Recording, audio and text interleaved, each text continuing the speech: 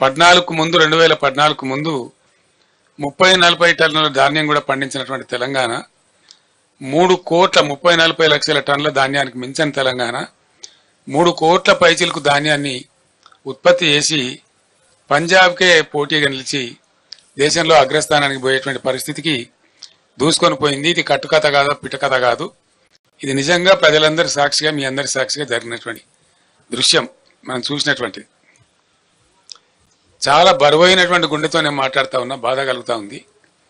ఇంత షార్ట్ పీరియడ్లో within 100 days 110 daysలో ఇంత దుర్భరమైన పరిస్థితి చూస్తామని మేము అనుకోలేదు. రైతులు ఇంత ఏడ్చేటువంటి పరిస్థితికి పోతారని కూడా అనుకోలేదు. మాకే సమాచారాన్ని బట్టి, అందినటువంటి సమాచారాన్ని బట్టి 100 రోజులలో 200 మంది రైతులు ఆత్మహత్యలు చేసుకున్నారు. కొందరు కరెంటు షాకులతోని, కొందరు ఆత్మహత్యలు. వరసి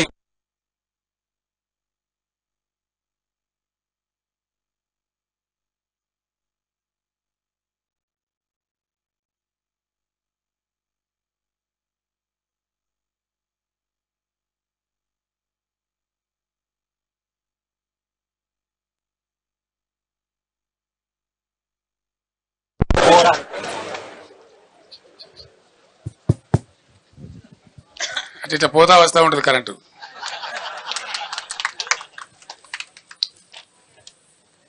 ఇవి మనందరం ప్రత్యక్షంగా చూస్తా ఉన్నాం.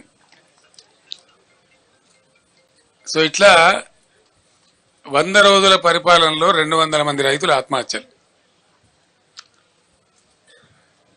నేను కొద్దిగా బాధపడుకుంటూ మాట్లాడుతున్న ఆవేదనతో, ఎందుకంటే రైతులు మళ్ళా ఆత్మహత్య చేసుకునే దుస్థితి ఈ రాష్ట్రంలో వస్తుందని చెప్పి మేము కళ్ళ కూడా అనుకోలే. ఎందుకంటే చాలా వరకు పనులు మేము చేసి పెట్టినాం, పటిష్టంగా చేసి పెట్టినాం. మరి ఎందుకు సంభవిస్తున్నట్టు ఈ ఆత్మహత్యలు? ఈ లక్షల ఎకరాల్లో పంటలు ఎండిపోతున్నట్టు?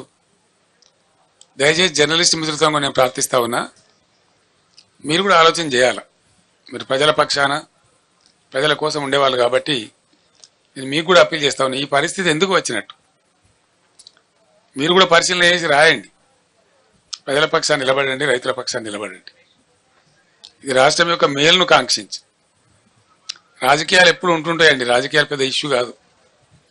రాజకీయం ఎన్నికలు వస్తాయి, గెలిచేటోడు గెలుతాడు, ఓడతాడు, ఎల్లయ్య కాకపోతే పుల్లయ్య కాకపోతే మల్లయ్య ఎవడోడు. అది సాధారణంగా జరిగే విషయం, రొటీన్. దానికి పెద్ద ఇంపార్టెన్స్ లేదు.